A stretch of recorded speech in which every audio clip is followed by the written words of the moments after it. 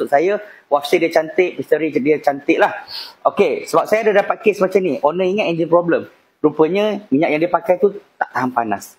Ni kena faham ni. Sebab untuk kes Subaru, saya dah test sebelum ni minyak yang okey untuk dia. Pertama, Mano Elite. Nombor 2, Castro H. Nombor 3, Motul. Dan ada beberapa minyak yang lain, saya lupa nama sebab nak cepat. Okey, tips 1 minit hari ni.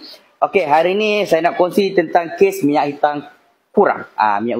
Minyak hitam ni berkurangan. Maksudnya, bila kita tukar minyak, kita pakai 2-3 bulan, kita cek tengok minyak tu berkurang dan agak banyak. Kes macam ni, kalau bukan masalah pada enjin, kalau enjin cantik, kereta baru tapi minyak hitam berkurang. Maksud saya, wafsir dia cantik, history dia cantik lah. Okey, sebab saya ada dapat kes macam ni. Owner ingat engine problem. Rupanya minyak yang dia pakai tu tak tahan panas. Ni kena faham ni.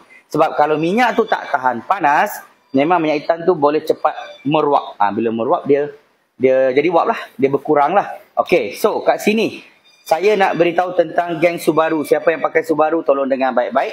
Sebab apa? Sebab Subaru ni dia guna enjin boxer. Enjin boxer ni dia melintang.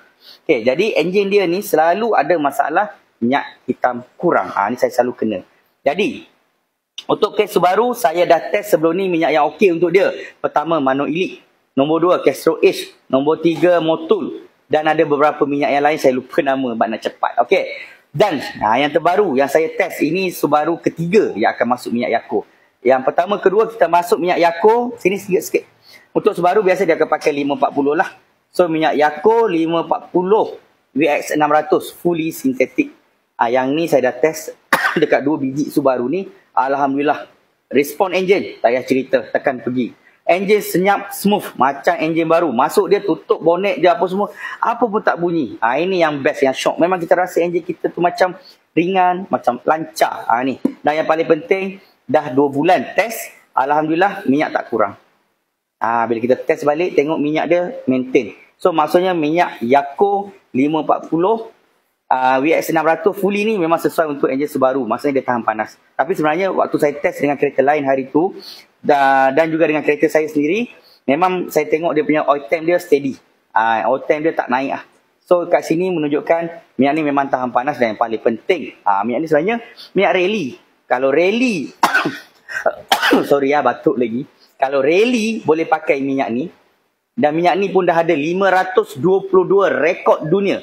Tulis bahasa Perancis lah. Siapa tahu bahasa Perancis ni tolong translate sikit.